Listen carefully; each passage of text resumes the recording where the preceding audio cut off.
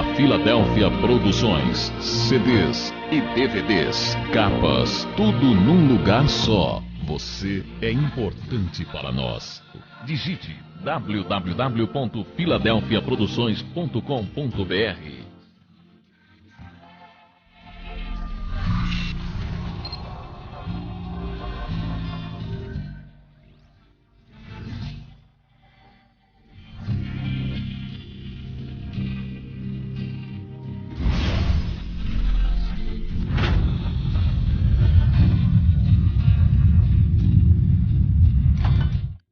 Eu cumprimento a cada um e a todos com a paz do Senhor Jesus Cristo. Amém?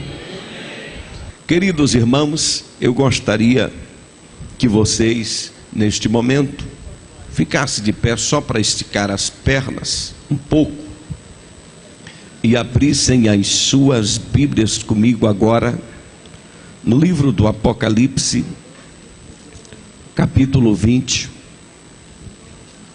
versículo 11 até o 15, vamos ver o que diz a palavra de Deus. Apocalipse, capítulo 20, versículos 11 até o versículo 15.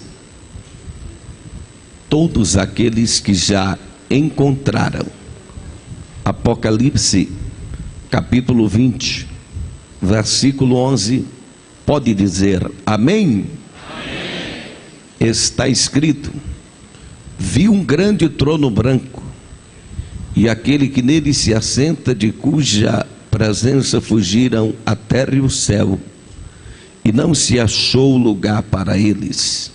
Vi também os mortos, os grandes e os pequenos, postos em pé diante do trono. Então se abriram livros, e ainda outro livro, o livro da vida, foi aberto, e os mortos foram julgados segundo as suas obras, conforme o que se achava escrito nos livros. Deu mar os mortos que nele estavam, a morte e o além entregaram os mortos que neles havia, e foram julgados um por um segundo as suas obras. Então a morte e o inferno foram lançados para dentro do lago de fogo. Esta é a segunda morte, o lago de fogo. E se alguém não foi achado inscrito no livro da vida, esse foi lançado para dentro do lago de fogo. Levante a sua mão direita para os céus, feche os seus olhos. Peça a Deus para falar conosco agora. Soberano Deus e eterno Pai, no nome precioso de Jesus Cristo, nosso Senhor, nós temos lido a tua palavra. Fala conosco de uma forma tremenda e poderosa.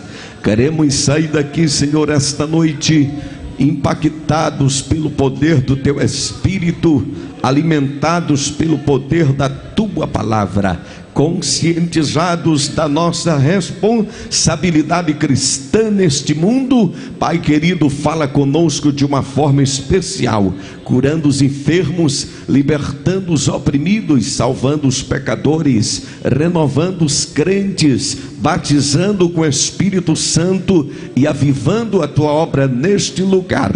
Em nome de Jesus Cristo, dê um abraço fraterno na pessoa que está do seu lado e diga para ele: valeu a pena ter vindo aqui esta noite. Diga para o seu irmão: valeu a pena ter vindo aqui esta noite.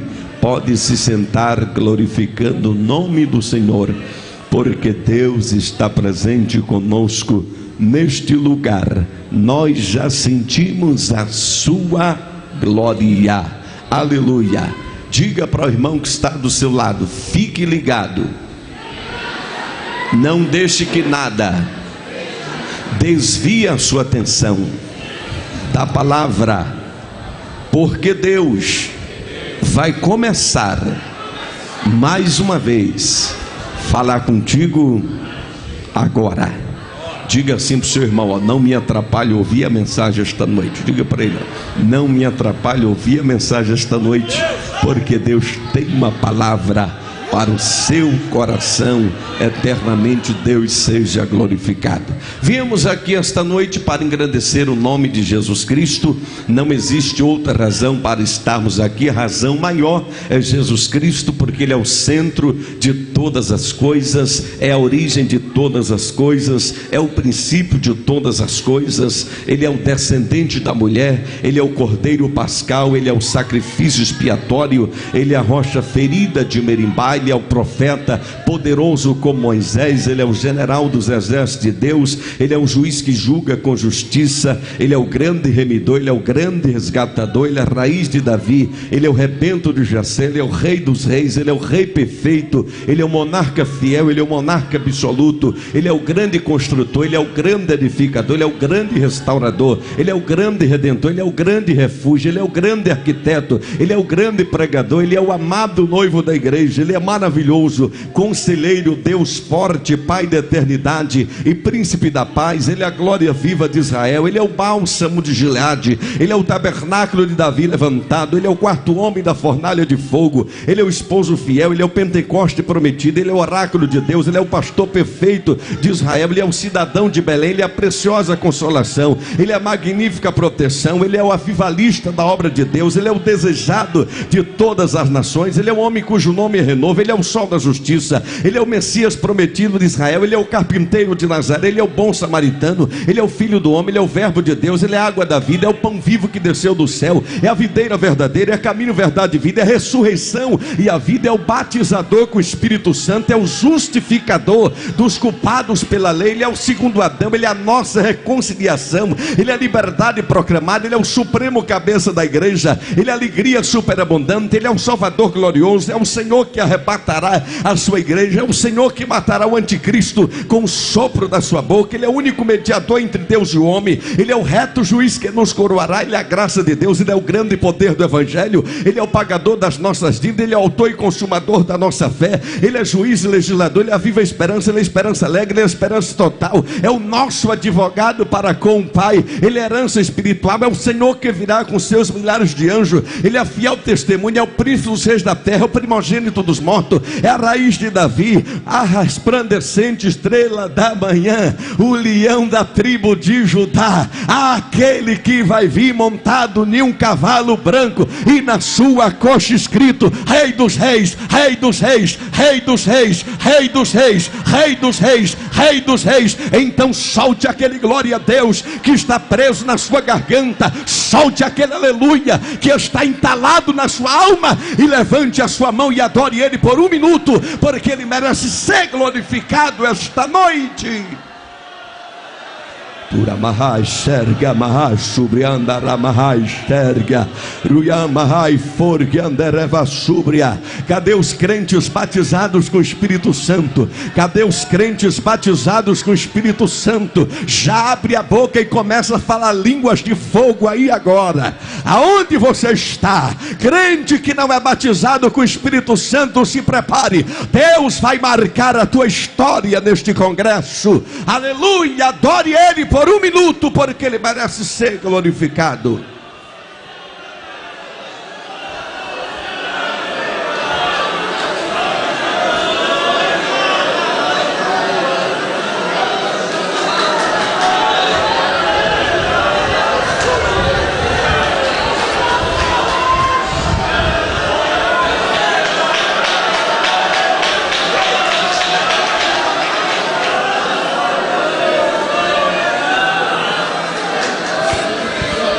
Aleluia. Queridos e amados irmãos em Cristo Jesus, temos lido um texto bastante importante da palavra de Deus no livro do Apocalipse, capítulo 20, do versículo 11 até o versículo de número 15. Queridos irmãos, eu gostaria de meditar com os irmãos acerca de um tema muito importante da Bíblia Sagrada. Devido neste sábado, compreendemos que os irmãos todos os sábados se reúnem aqui para fazerem uma pré-leitura, um pré-estudo do tema que vai se estudar sempre no dia seguinte da escola dominical. E visto que neste domingo os irmãos estarão estudando sobre o juízo final, e coube a mim esta responsabilidade de trazer-lhes uma mensagem dentro deste assunto, e eu tenho uma plena convicção que vai edificar profundamente a sua vida. Esta mensagem vai edificar a sua vida por diversas razões que eu vou lhes apontar. Primeiro, porque a mensagem do juízo vindouro é tido pela própria Bíblia. O escritor da carta aos Hebreus, capítulo 6, versículos 1 e 2, ele compara com uma doutrina elementar a doutrina do juízo divino. Então, queridos irmãos, é uma doutrina que é até pouco enfatizada, principalmente nesses últimos dias em nossas igrejas. É interessante observar, queridos irmãos, que nós somos influenciados por uma teologia que às vezes até importamos lá de fora. Interessante observar que na época em que o comunismo imperava no mundo, o grande temor das igrejas era os países comunistas. O grande temor dos países capitalistas e ao mesmo tempo cristãos era que o mundo fosse invadido pelo comunismo, de forma que muitos pregavam que a Rússia, por ser praticamente a mãe do comunismo, poderia sem dúvida alguma querer tomar conta do mundo inteiro, poderia invadir as nações e exercer o domínio do comunismo no mundo inteiro. E pregava-se que a Rússia era Gog, que invadiria Israel e etc. E de maneira que a igreja dava muito ênfase à mensagem escatológica. Pregava-se muito sobre a volta de Jesus, sobre o julgamento das nações. Mas depois que o comunismo caiu, queridos irmãos, mudou o tom de mensagem na igreja. Aí não temos mais inimigo. Ora, o comunismo caiu, já não temos mais inimigo. Resultado, começamos a enfatizar a prosperidade. Nós fomos bombardeados pelos teólogos americanos com livros que enfatizam a prosperidade, de maneira que começamos a pregar só sobre prosperidade em nossas igrejas. Ninguém mais prega sobre a volta de Jesus, sobre o juízo final. Ninguém prega uma vida na eternidade, prega uma vida de conquista aqui mesmo neste mundo. Resultado, quando foi agora, queridos irmãos, no final do século passado, começou a surgir no mundo um novo inimigo, os terroristas que estão assustando-os, sem dúvida alguma, logo no começo desse novo milênio. As torres gêmeas, os ataques que os terroristas infringiram nos Estados Unidos, a maior potência do mundo, despertou novamente uma consciência escatológica. Nós já temos agora um novo inimigo. O inimigo é o terrorismo que está tomando conta do mundo. E as igrejas americanas, queridos irmãos, devido aos Estados Unidos ter se tornado um oásis de prosperidade, já não queriam mais servir a Deus. Precisou Deus permitir tudo aquilo para que as igrejas americanas lotassem agora de pessoas servindo a Deus, preocupados agora com a volta de Jesus. Jesus está às portas. Quer dizer, precisa o mundo ser sacudido por algum fato inédito, por algum fato escatológico, para que as pessoas comecem a pensar na volta de Jesus e comecem a pensar na eternidade. De maneira que nós estamos já nesse início do milênio trazendo uma consciência escatológica no mundo inteiro, e agora já voltamos a pregar sobre escatologia. Mas, queridos irmãos, falar sobre o juízo final é uma mensagem, queridos irmãos, que traz um despertamento muito grande para as nossas vidas. É uma mensagem que traz uma reflexão espiritual da forma que nós estamos nos portando diante de Deus. Ora, queridos irmãos, muitos não gostam de ouvir esta mensagem, porque esta mensagem é uma mensagem que chama o crente para a responsabilidade, é uma mensagem que nos incomoda. Aliás, a Bíblia diz, queridos irmãos, em Atos, capítulo 24, no versículo 15, que nas horas em que Paulo estava sendo julgado perante o tribunal de Félix, e quando Félix não estava fazendo nada, juntava com a sua esposa Drusila e convidava Paulo para falar do evangelho. E a Bíblia diz que quando Paulo começou a ensinar para ele sobre a temperança, sobre a justiça e sobre o juízo vindouro, ele ficou arrepiado e assustado e disse: para, Paulo, eu vou te ouvir em outra ocasião, não dá mais para continuar te ouvindo, porque a mensagem do juízo vindouro nos traz uma conscientização e uma responsabilidade, e deve ser mais pregada nas nossas igrejas. Ora, queridos irmãos, quando a Bíblia diz aqui em Apocalipse, no capítulo 20 e no versículo de número 11 diante: e vi um trono branco, um grande trono branco. Apocalipse 20, o versículo 11: e vi um grande trono branco, e aquele que nele se assenta, de cuja presença fugiram a terra e o céu, e não se achou lugar para ele. Interessante que é a única vez que a Bíblia fala de um grande trono branco. Ele é branco porque fala da pureza, fala da santidade, da majestade divina, e todos vão comparecer diante deste grande trono. É interessante, queridos irmãos, que as pessoas tentam desviar a verdade divina. Outras pessoas afirmam que Deus é um Deus de amor, que Deus não vai jogar ninguém no inferno. Ora, queridos irmãos, isso é cair no conto do diabo. Deus vai chamar a sua justiça sobre todos os homens. Deus vai convocar todos os seres humanos para comparecer diante do seu juízo. E o juízo de Deus é tão certo como é certo a morte do ser humano. É tão certo como é certa a morte do ser humano, porque a Bíblia diz em Hebreus capítulo 9, versículo 27, que está ordenado aos homens morrerem uma só vez, e depois da morte vem o juízo. Então, queridos irmãos, o juízo de Deus é tão certo como é certo a morte. Se existe uma coisa que ninguém tem dúvida, é que vai morrer um dia. Da mesma forma, as pessoas não devem ter dúvida que haverá o dia da prestação de contas. Haverá, queridos irmãos, o dia em que Deus há de revelar os segredos dos homens que estão ocultos e escondidos. Ora, queridos e amados irmãos, não há nenhum tribunal que se compare ao tribunal branco. Não há nenhum tribunal armado em qualquer período da história que se compare ao juízo do grande trono branco. Ora, queridos irmãos, a Bíblia fala de muitos tronos, fala do magnífico trono de Salomão, de 12 degraus, com 12 ouros esculpidos, queridos irmãos, nos degraus, mas não se compara ao trono branco. A Bíblia fala do trono de Davi, do trono de Israel, do trono de Nabucodonosor e de muitos outros monarcas, mas não há trono que se compare ao grande trono branco, em que todas as pessoas vão comparecer diante do grande trono branco. Ora, queridos irmãos, quando a Bíblia Sagrada fala do juízo final, o juízo é uma realidade que nós não devemos duvidar. O juízo é certo e nós não podemos duvidar. Por que não podemos duvidar? Porque, queridos irmãos, Deus sempre se revelou na Bíblia como um Deus de juízo. E eu quero dizer muito claro para os irmãos que estão aqui esta noite: o Deus da Bíblia é um Deus de juízo, e esse juízo sempre foi demonstrado nas páginas da Bíblia, não só sobre nações pecadoras, não só sobre homens perdidos e caídos, mas esse juízo foi revelado dentro do próprio povo de Deus, dentro da própria igreja. Deus sempre manifestou seus atos de juízo. Ora, queridos irmãos, além dos juízos que Deus manifestou em toda a Bíblia, existe basicamente 7 juízos que podemos considerar como juízos universais.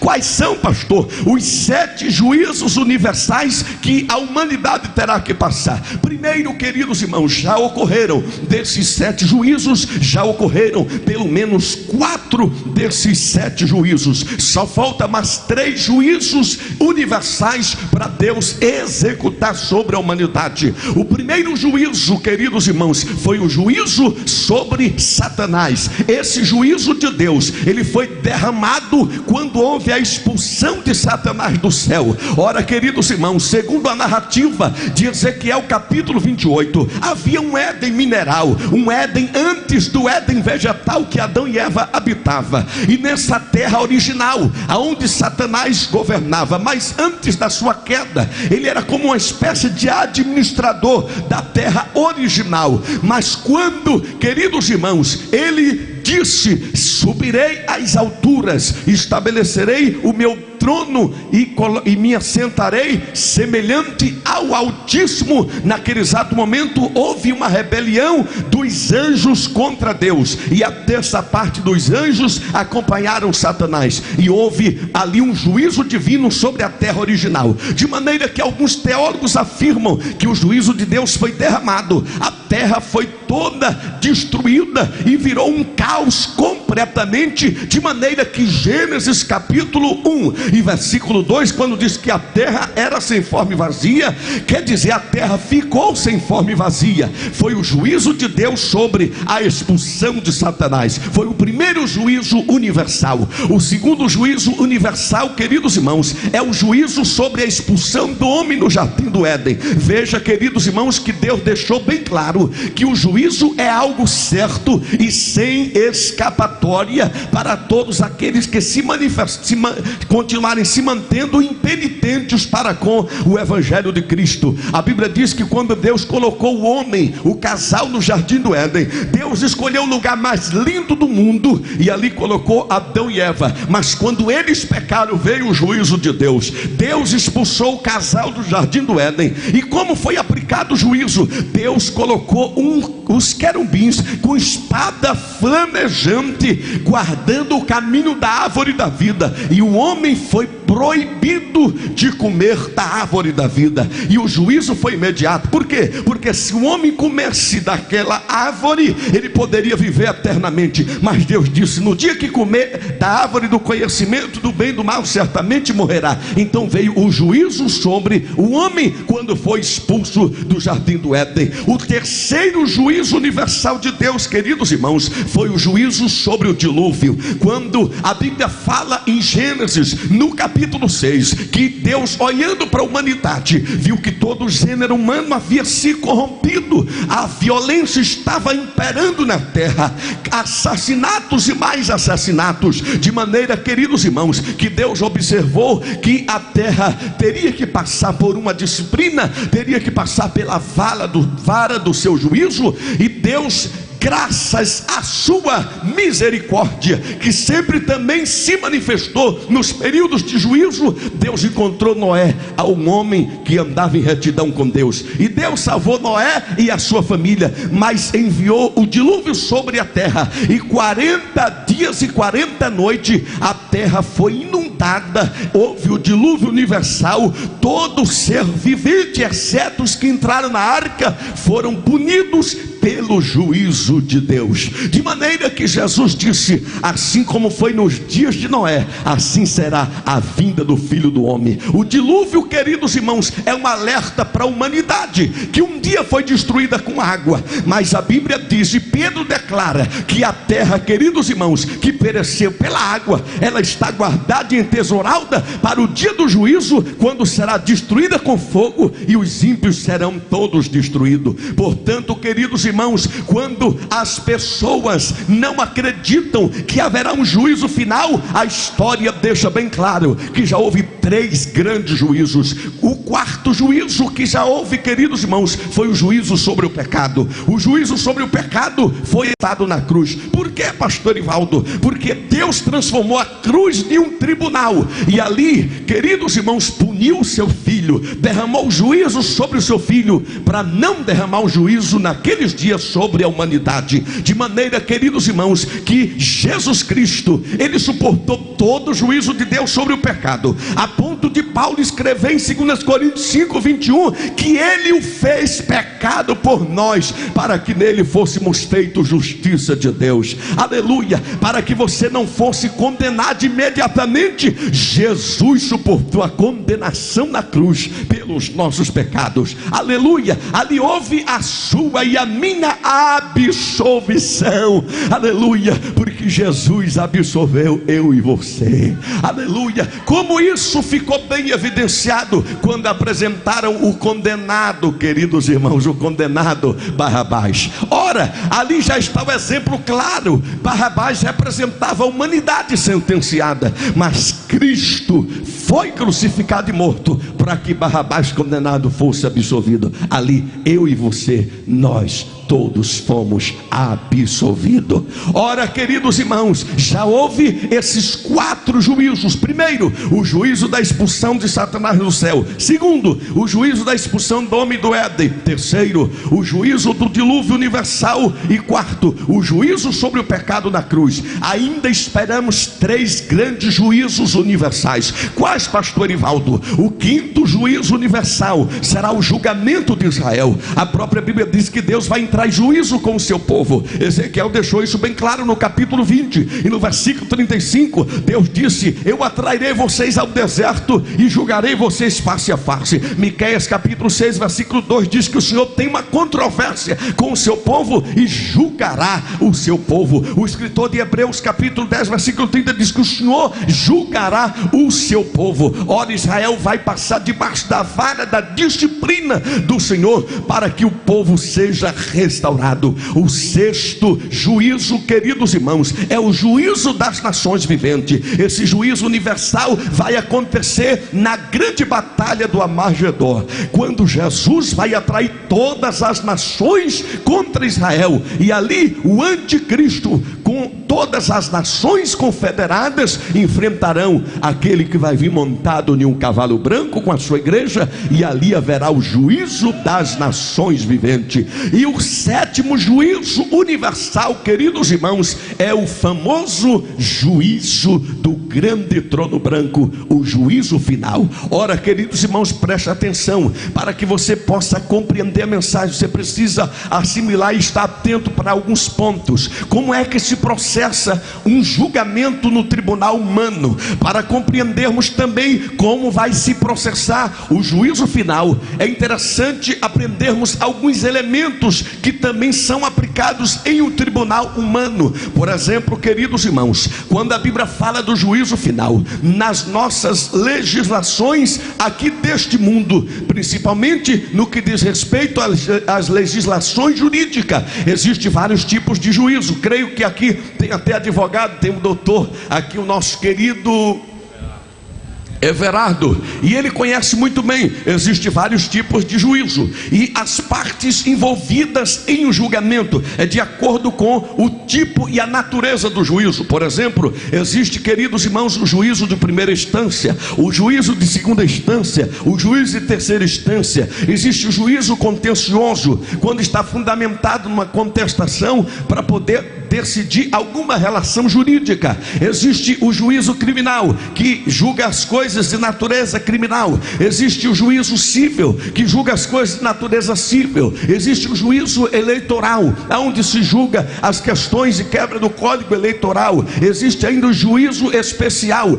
onde pessoas, por causa de sua função pública, têm fórum privilegiado. Existe o juízo de falência, que julga as questões de falência, e juízo de menores, que julga as questões referentes a pessoas menores de 18 anos, de maneira que existem vários tipos de juízo. Mas existe, queridos irmãos, um juízo executório, e também existe o juízo condenatório. Ora, queridos irmãos, para que se processe um julgamento, o juízo pronuncia o julgamento, mas existem determinados tipos de julgamento que eu vou fazer uma analogia para o juízo final. Em primeiro lugar, o que é um juízo? O juízo é o tribunal armado. O juízo é aonde se julga as questões, é aonde o juiz profere a sentença, é um fórum aonde se julga as questões. E o que é que acontece aqui? João viu o trono branco. Então diga para a pessoa que está do seu lado: o juízo já está montado, o juízo já está armado. E vi um grande trono branco, o juízo já está armado. Falta começar o julgamento, mas para começar o julgamento, queridos irmãos, que é a declaração da sentença, quando vai começar esse julgamento? Para que se comece o julgamento, queridos irmãos, é preciso estar presente as partes que comporão aquele julgamento. Ora, o número de pessoas é de acordo com o tipo de juízo, mas existe vários tipos de julgamento. Existe, por exemplo, o julgamento antecipado da lide. É uma espécie de julgamento que o juiz decide e dá a sentença antes mesmo de pôr fim ao processo, sem julgar nem o mérito. Existe o julgamento de acordo com o estado do processo. Ora, de acordo com o processo, o juiz pode tomar as seguintes decisões: ou já dá a sentença, ou extinguir o processo, ou sanar o processo e dar o prosseguimento. Existe um outro tipo de julgamento, o julgamento absolutório. O julgamento absolutório é quando isenta o réu. Mas existe um outro tipo de julgamento, é o julgamento de única instância. É quando ali mesmo naquele tribunal se dá o início e o fim do processo. Mas existe ainda o julgamento final. Que julgamento final é esse? É quando vem a decisão definitiva, não cabe mais recurso nem apelação e forma coisa julgada. Então, que tipo de julgamento vai se processar no juízo do grande trono branco? É um julgamento condenatório, executório, definitivo e final. Por quê, pastor Ivaldo? No juízo do grande trono branco não caberá mais recurso. Por que que não caberá mais recurso? Na nossa justiça humana, nós temos uma questão que é julgada por juiz de primeiro grau, primeira instância, cabe recurso, apela para o Tribunal Estadual de Justiça, aí o tribunal remete, se houver ainda recurso, para o Supremo Tribunal de Justiça, mas aí quando chega lá esgota a instância. Mas ainda existe o Supremo Tribunal Federal para decidir as questões constitucionais, é o Supremo Tribunal Federal. Ali esgota todos os recursos. Sabe como é que vai ser o juízo final? O Supremo Tribunal Universal. O Supremo Tribunal do Universo. Ali não caberá mais recurso. Hoje ainda cabe recurso. Por quê, pastor Ivaldo? Porque todo pecador, segundo a Bíblia, já foi processado. O processo se deu em Romanos 3:23, quando diz que todos pecaram e destituídos estão da glória de Deus. Todos foram processados. Mas hoje nós temos um advogado. 1 João capítulo 2 diz: filhinhos, escrevo para que não pequeis, mas se pecardes, temos um advogado para com o Pai, a saber, Jesus Cristo justo. Ele é a propiciação pelos nossos pecados. Jesus Cristo é o advogado dos pecadores. Aleluia, glória a Deus. Jesus Cristo comprou a minha causa, comprou a sua. E agora, sabe o que é que aconteceu? Ele conseguiu, aleluia, absorver eu e você. Por quê? Porque o Pai justificou-nos por meio de Cristo. O que é justificação? Este recurso que o nosso advogado conseguiu do Pai, chamado justificação, é declarar o réu inculpável, absolvido, não deve mais nada para Deus. Aleluia. O nosso advogado conseguiu este recurso, de maneira que crente em Cristo não precisa temer juízo do grande trono branco e nem lago de fogo, porque nenhuma condenação há para os que estão em Cristo Jesus, que não andam segundo a carne, mas segundo o Espírito. Aleluia, bendito seja o nome do Senhor. Então diga para a pessoa que está do seu lado: não há mais nenhuma condenação para você. Você já foi absolvido pelo advogado dos pecadores. Oh, aleluia, bendito seja o nome do Senhor. Para que se processe o julgamento de um tribunal, analisando como funciona um juízo criminal. Em um juízo criminal tem pelo menos de 6 a 7 partes. Em um juízo criminal tem um juiz para proferir a sentença, tem um advogado de acusação, tem um advogado de defesa, tem a promotoria para fazer a denúncia do crime, tem as testemunhas arroladas, mas ainda tem um jurado, que é composto de 21 pessoas, das quais tira 7 para formar o conselho de sentença. Ora, queridos e amados irmãos, o que é que acontece quando um pecador hoje comete um delito contra a lei divina? Satanás, o promotor, chega diante de Deus para apresentar a acusação, a denúncia crime, para que o Pai possa punir aquele pecador. Mas quando ele apresenta a denúncia crime, de repente se levanta do lado o advogado dos pecadores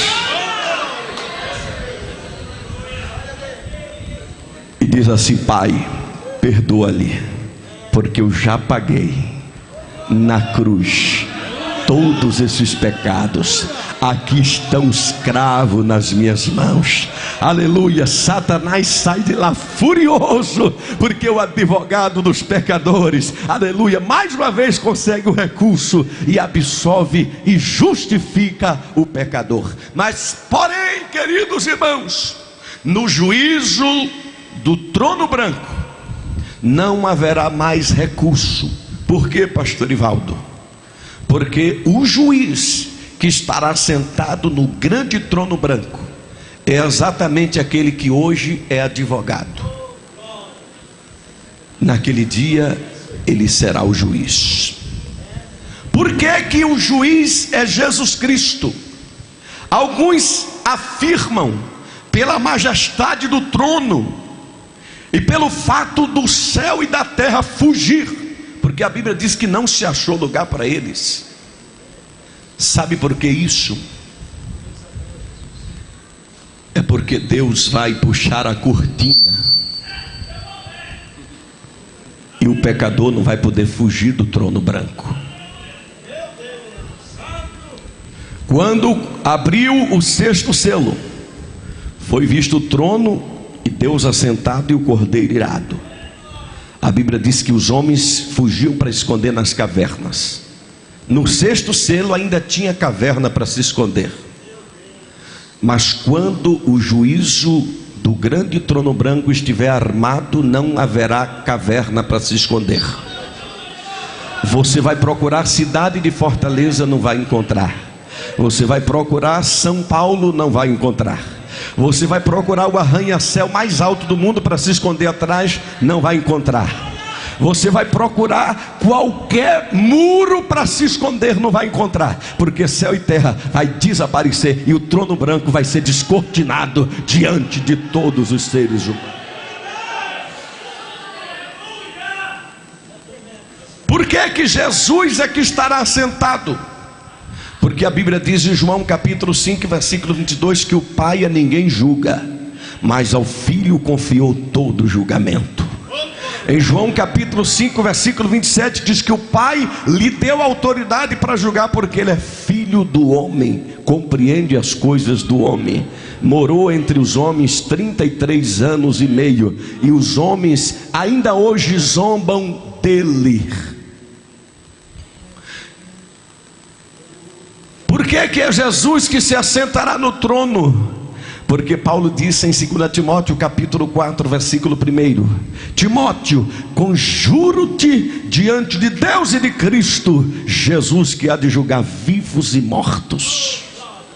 Paulo disse no Areópago de Antena para os filósofos gregos em Atos 17, 31, que Deus marcou um dia em que há de julgar mortos e vivos, por meio do varão que ele acreditou e destinou para isso.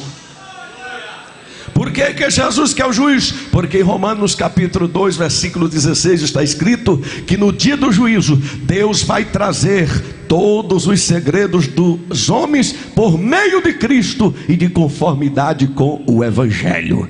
E lá em Eclesiastes capítulo 12, versículo 14, está escrito que todas as obras serão trazidas a juízo diante de Deus, até as que estão escondidas, porque ninguém consegue esconder nada de Deus.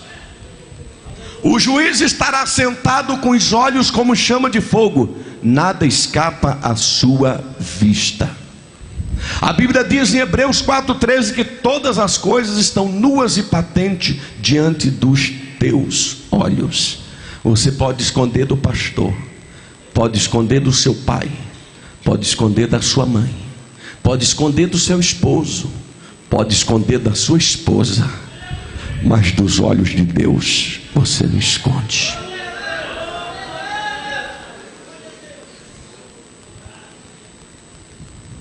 Quais são as pessoas que estarão presentes diante do trono branco?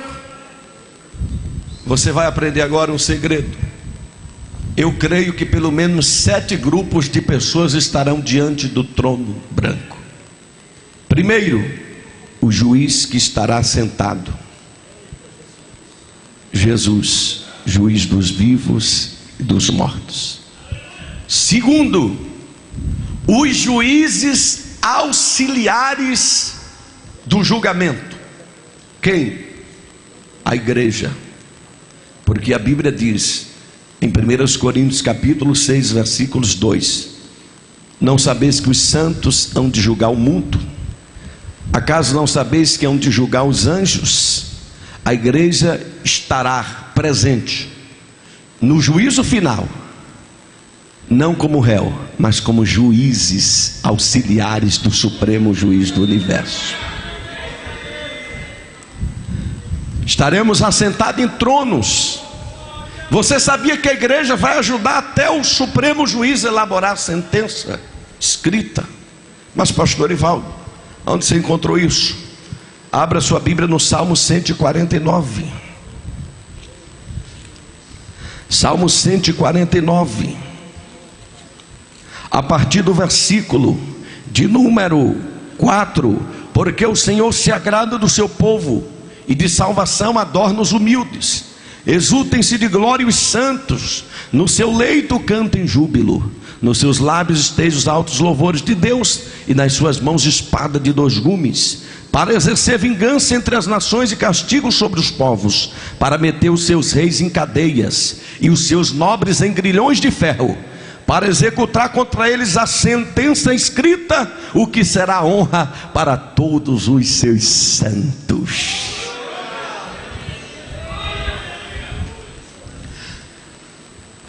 Terceiro grupo que fará parte do julgamento final: os oficiais de justiça que executam a ordem do juiz. Quem são? Os anjos, os executores do juízo. Como, pastor Ivaldo? Mateus capítulo 13, versículos 41 e 42. Eu faço questão que você ache Mateus capítulo 13, versículos 41 e 42. Olha o que diz a palavra de Deus: mandará o Filho do Homem os seus anjos, que ajuntarão no seu reino todos os escândalos e os que praticam a iniquidade, e os lançarão na fornalha acesa. Ali haverá choro e ranger de dentes. Então justos resplandecerão como o sol no reino do seu Pai. Então os anjos são os executores. Os oficiais de justiça estarão presentes para, quando o juiz proferir a sentença, pegar todos os condenados e lançar na fornalha de fogo acesa. Quarto grupo dos que estarão presentes no juízo do grande trono branco: os réus anjos caídos. Todos os réus anjos caídos hão de comparecer, porque a Bíblia diz em 2 Pedro 2,4 que aos anjos que pecaram, Deus o reservou em algemas eternas para o dia do juízo do grande dia. Ali estarão réus anjos caídos. Será nesse momento, eu acredito, que o Deus de paz esmagará Satanás debaixo dos nossos pés. Todos aqueles espíritos malignos serão julgados. Demônios, demônio da prostituição, demônio do adultério que destruiu famílias, lares, separou homens de mulheres, mulheres de homens, serão todos lançados no lago de fogo, e a igreja triunfará na glória e no reino de Deus. Quinto grupo de pessoas: réus, homens pecadores. Esse grupo de réus, homens pecadores, serão todos os ímpios, desde o primeiro que morreu até o último que vier a nascer e morrer. No juízo do grande trono branco, você já sabe que a igreja está em posição de destaque como juízes auxiliares, porque já nenhuma condenação há para os que estão em Cristo Jesus. Os réus, homens caídos, são só os ímpios que estarão diante do grande trono branco.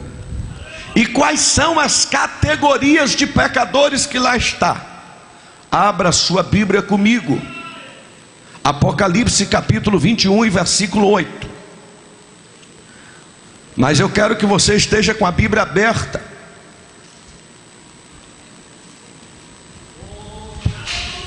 Apocalipse 21, 8. Veja a seriedade disso. Mas quanto aos,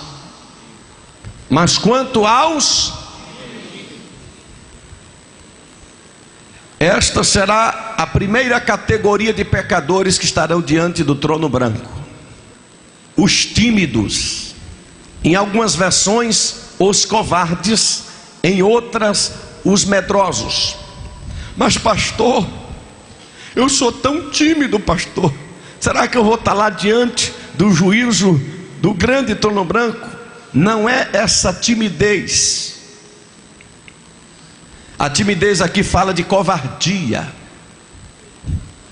medo de professar Cristo como Senhor. O próprio Jesus diz: qualquer que me negar diante dos homens, eu também o negarei diante do meu Pai e dos santos anjos.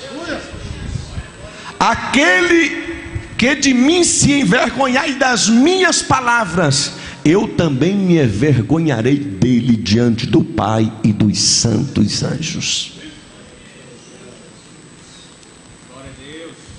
Cuidado.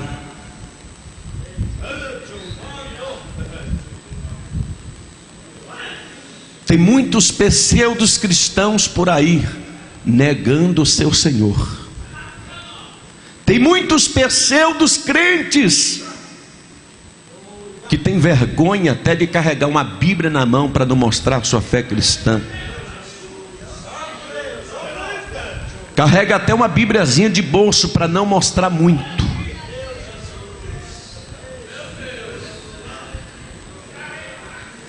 Mora lá na rua, o vizinho dele nem sabe que ele é crente, porque nem testemunho dá.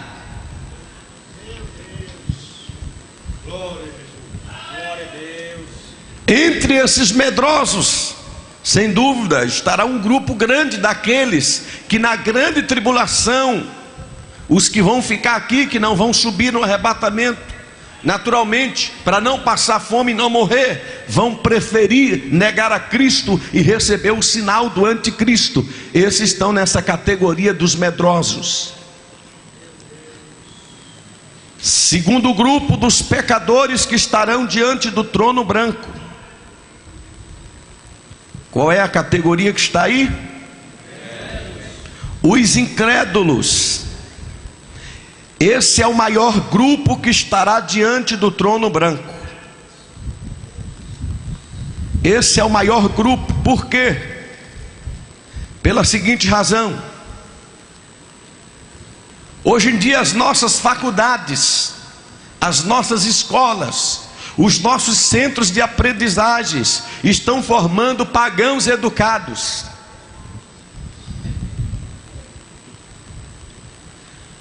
Eles não, os sábios deste mundo, os pseudo-sábios deste mundo, eles não conseguem crer na mensagem do Evangelho.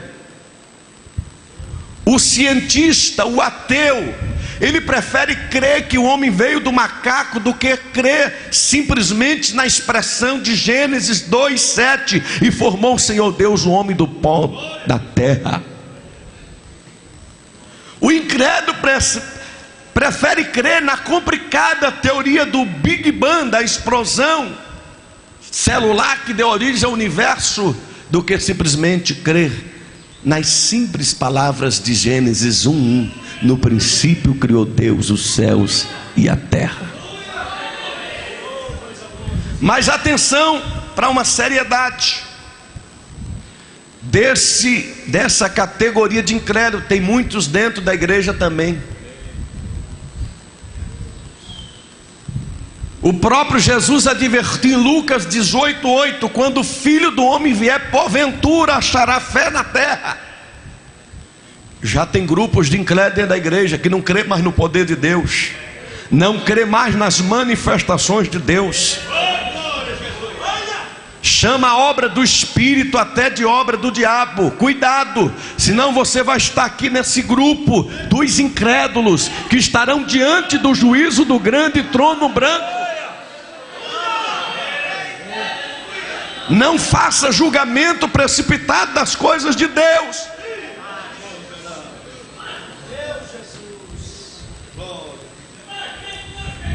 Vai escutando que o negócio hoje aqui está sério, viu?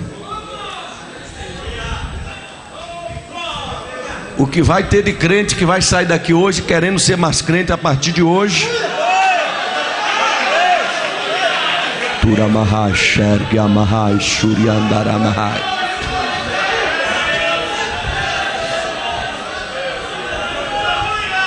Terceiro grupo de pecadores que estarão diante do trono branco: os abomináveis.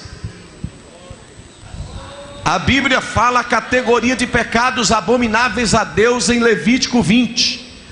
Dentre eles está o homossexualismo, o lesbianismo.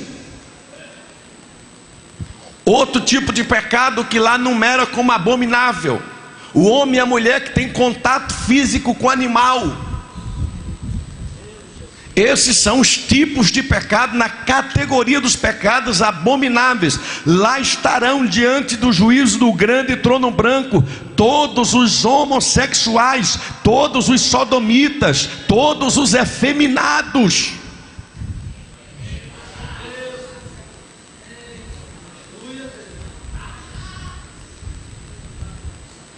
Quarta categoria, essa é muito séria: os homicidas ou os assassinos.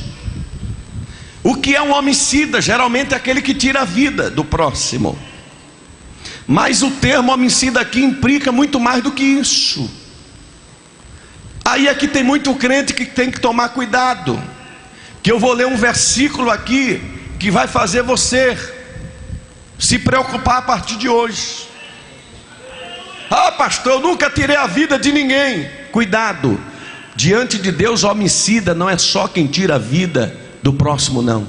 Quer saber também quem é homicida diante de Deus? Abra sua Bíblia em 1 João 3,15. Isso aqui é sério, viu? 1 João 3,15 está escrito: todo aquele que odeia seu irmão é... Ora, vós sabeis que todo homicida não tem vida eterna. Desculpe a minha franqueza, se você odeia o seu irmão, você é homicida. Se você tem ódio do seu irmão e mágoa no coração contra alguém, trate de se consertar hoje ainda, porque senão você está na categoria dos homicidas.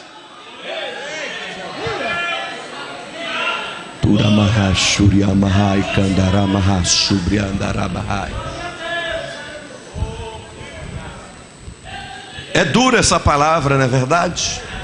E o que mais tem hoje é crente odiando o seu irmão. O irmão vai ficar tudo aí. O próprio Jesus disse: olha, quando tu trouxer tua oferta sobre o altar e te lembrar que tem alguma com teu irmão, olha, larga a oferta, volta, reconcilia primeiro com teu irmão, depois vem e faz a tua oferta. Não adianta Caim e ofertar a Deus com ódio do seu irmão Abel. Deus não recebe. Deus não recebe teu glória a Deus, nem teu aleluia, se tu no coração está odiando o teu irmão. Tu está dando glória a Deus e aleluia em vão. Isso aí não é recebido. Vai lá primeiro, se acerta com teu irmão.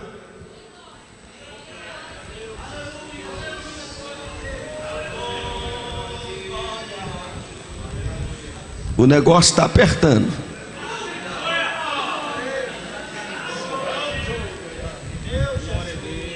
Quinto grupo de pecadores que estarão diante do trono branco: os fornicários. Essa palavra fornicário aqui no original tantos identifica adúltero como impuro. O quinto grupo de pecadores que estarão diante do trono branco são os adúlteros. Só que a palavra adultério aqui nos traz dois sentidos: o adultério físico e espiritual.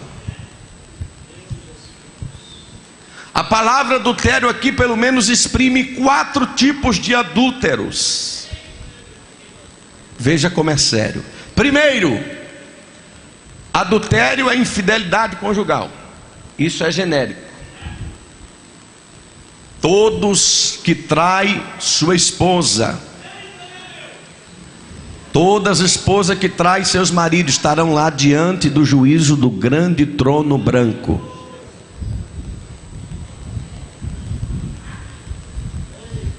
Segunda categoria de adúlteros: os que abandonam o evangelho. Porque todos os profetas do Antigo Testamento sempre pregou o adultério espiritual de Israel. Israel sempre foi chamado da esposa de Deus, Deus o marido de Israel. Essa aliança foi celebrada lá no Monte Sinai. Mas quando Israel abandonou a Deus, foi considerado adultério. Quando Israel trocava Deus por outros amantes, dentre eles Baal, Dagon, é adultério espiritual. O profeta Ezequiel no capítulo 16 chegou a chamar Israel de meretriz descarada. Usou uma linguagem mais comum e baixa possível para identificar uma pessoa que se afastou de Deus. Nessa categoria estão os desviados. Todos os desviados estarão lá diante do juízo do grande trono branco. Porque Jeremias 17:13 diz que todos aqueles que te abandonarem terão os nomes inscritos no chão, porque abandonaram ao Senhor, fonte de águas vivas. Mas aqueles que estão com Cristo, os seus nomes estão escritos no livro da vida. Se tiver algum desviado aqui, eu não acredito que não vai voltar para Jesus imediatamente hoje. Terceiro grupo de adúlteros. Isso aqui é sério. Aqueles que adulteram a palavra de Deus, que torcem a palavra de Deus, que pregam heresia, é tido na Bíblia como adúlteros. Cuidado com aqueles que ensinam heresias torcendo a palavra de Deus. Agora esse quarto grupo de adúltero é mais sério. Você pode abrir a Bíblia comigo em Tiago 4:4. Aqui o negócio é sério. Tiago 4:4, olha o que diz: adúlteros. Tiago está falando para crente, não está falando aqui para ímpio não, viu? Adúlteros, não compreendeis que a amizade do mundo é inimiga de Deus? Aquele, pois, que quiser ser amigo do mundo, constitui-se inimigo de Deus. O que tem de crente flertando o mundo hoje não é brincadeira. Crentes traindo Jesus por causa das coisas do mundo. Crente traindo Jesus por um festival qualquer, por uma fantasia qualquer. Isso é traição, é adultério espiritual. Deus não aceita meio termo. Ou você é ou você não é. Sai de cima do muro.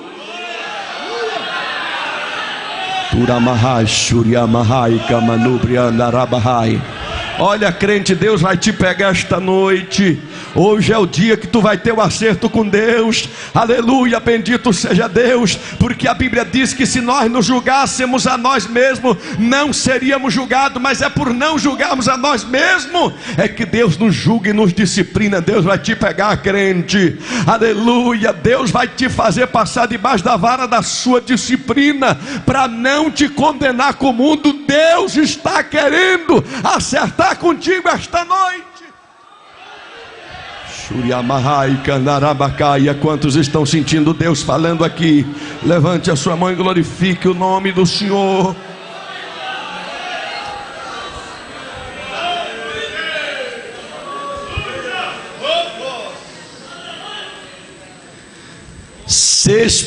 Qual é agora? Primeiro, segundo, terceiro, quarto, quinto, sexto grupo de pecadores que estarão diante do juízo do grande trono branco. Os feiticeiros, todos aqueles que se envolvem em práticas de ocultismo, de demonismo, de satanismo, de espiritismo e tudo quanto é religiões ocultas, estarão lá diante do trono branco. Mas atenção, a palavra feiticeiro aqui no original identifica a palavra farmácia, que significa também drogaria. Por que isso? Porque antigamente as drogas eram muito utilizadas nas práticas de feitiçaria. E nós estamos nesses dias convivendo com uma sociedade entorpecida, bêbada e drogada. Lá estarão diante do juízo do grande trono branco todos os bêbados, drogados e entorpecidos que não se arrependerem hoje enquanto é tempo. Sétimo grupo dos que estarão diante do trono branco: os idólatras. Idólatra naturalmente é todo aquele que se inclina diante de imagens de escultura. É muito mais que isso. Quando João fala na sua primeira epístola, capítulo 5, versículo 21, filhinhos, ele chama ímpio de filhinho, está falando com crente: filhinhos, guardai-vos dos ídolos. Por quê? Existem idólatras dentro da igreja. Porque o que é um ídolo? Ídolo é tudo aquilo, é qualquer coisa que substitui Deus na sua vida. A Bíblia diz que a avareza, por exemplo, é idolatria. Pessoas que idolatram o dinheiro, pessoas que idolatram algum artista, pessoas que idolatram pastores, idolatram cantores, idolatram pregadores. E se o pregador e o cantor e o pastor está querendo essas honras, fica ele quem está idolatrando ele. Porque toda honra, toda glória e todo louvor pertence àquele que é digno. Aleluia. Só por causa disso, levante a sua mão e diga para ele: tu és digno, Senhor. Só tu és digno de adoração. Só tu és digno de louvor. Turamahai Sherga Maha Furiandarabahai. Já estou concluindo. Oitavo grupo, ou é sétimo? Oitavo grupo de pecadores que estarão diante do trono branco: os mentirosos. Meu Deus. Esse grupo são os grupos que cometem o pecado da língua. E a Bíblia diz em Tiago 3,6 que a língua, não é verdade? É fogo, é mundo de iniquidade, e será inflamada pelo próprio inferno. Aqui estão os pecados da língua. Jesus disse em Mateus 12:36 que toda palavra frívola que os homens proferirem darão conta no dia do juízo. Mas aqui está muito mais do que mentira. Caluniadores, defamadores, estão todos nessa categoria de mentirosos. Jesus chamou o Satanás de pai da mentira. Como em Apocalipse 20:10 ele já foi lançado no lago de fogo, então seus filhos todos irão para onde o seu pai está.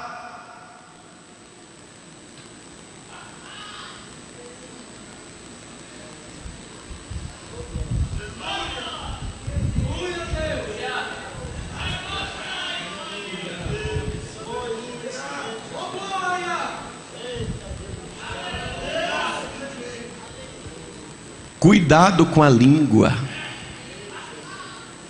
porque por tuas palavras serás justificado e por tuas palavras serás condenado, disse Jesus. Diga assim para o teu irmão: cuidado com a sua língua. Isso é muito sério. Cuidado com a sua língua. Nesse grupo aqui de mentirosos estão os praticantes da mentira, da calúnia, da defamação. E para concluir, ainda tem um nono grupo. Apocalipse 22:15. Fora ficarão os cães. Os outros já estão numerados em 21:8, que é os feiticeiros, que é os impuros, assassinos, idólatras e todo que ama e pratica mentira. Então, esse grupo de cães, quem são? Os apóstatas. Lá estarão o grupo dos apóstatas, aqueles que já foram crentes, já desfrutaram do dom celestial, já provaram uma boa palavra e hoje estão aí fora zombando das coisas de Deus.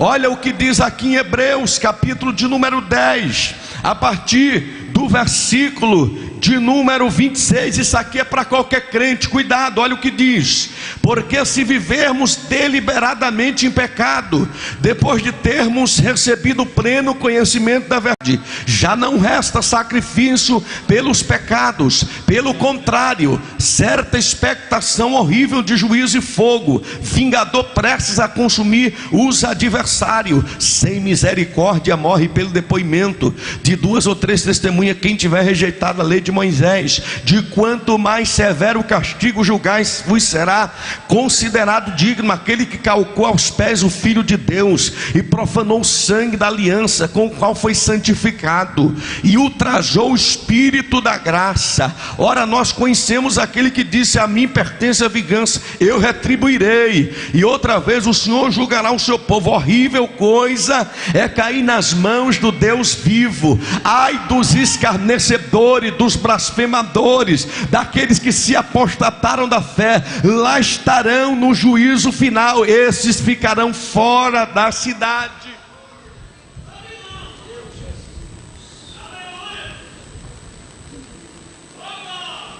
Depois que todo esse grupo de pecadores comparece, abre-se os livros. Abre o livro da vida. O nome de todas essas pessoas não estarão inscritas, e todas elas serão lançadas no lago de fogo que arde com enxofre, e a sua fumaça sobe pelos séculos dos séculos. A todos os condenados ele dirá: apartai-vos de mim, malditos, para o fogo eterno preparado para o diabo e os seus anjos. Mas a sua igreja que já está reunida e os santos eleitos: vinde benditos de meu Pai, que possui por herança o reino que vos está preparado desde a fundação do mundo. Coloque-se de pé agora. Eu vou estar orando por sua vida. Deus vai te visitar esta noite. Deus vai fazer algo contigo. O Espírito de Deus me orienta a fazer duas perguntas a todos os que estão presentes aqui. A primeira pergunta você vai responder com a boca, mas a segunda você vai responder com a consciência. Primeiro, se Jesus voltasse hoje, quantos aqui gostariam de subir? Levante a sua mão. Segunda, você tem 1 minuto para pensar. Você não vai responder com a boca, vai responder com a consciência. Se Jesus voltasse hoje, você estaria preparado para subir? 1 minuto para você fazer uma reflexão.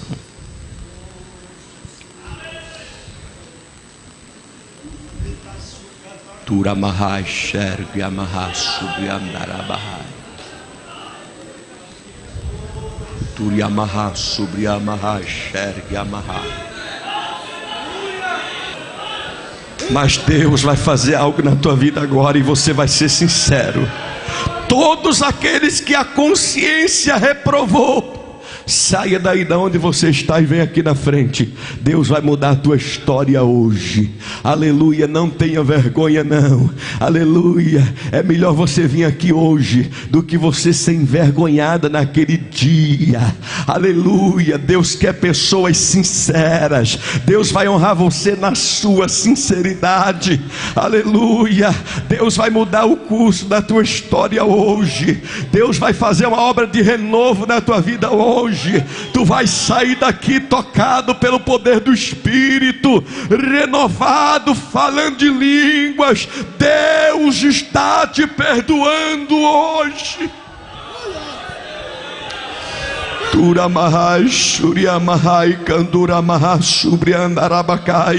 Eu vejo Deus passando bálsamo aqui esta noite.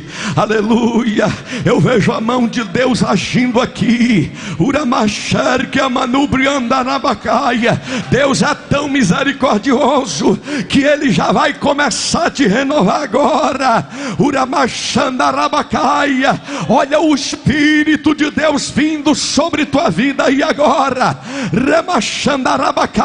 Eu vejo a mão de Deus estendida aqui na frente. Eu vejo a unção de Deus descendo aqui.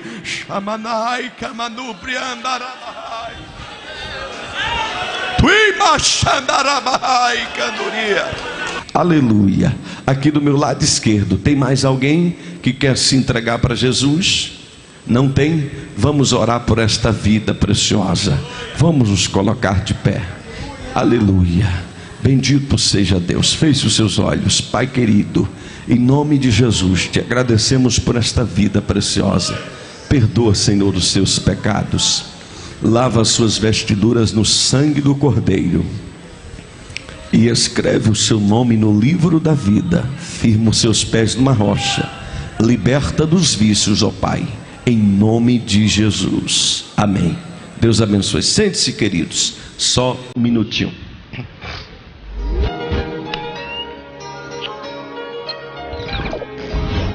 Bem-vindo a Filadélfia Produções. CDs e DVDs, capas, tudo num lugar só. Você é importante para nós. Digite www.filadelfiaproduções.com.br.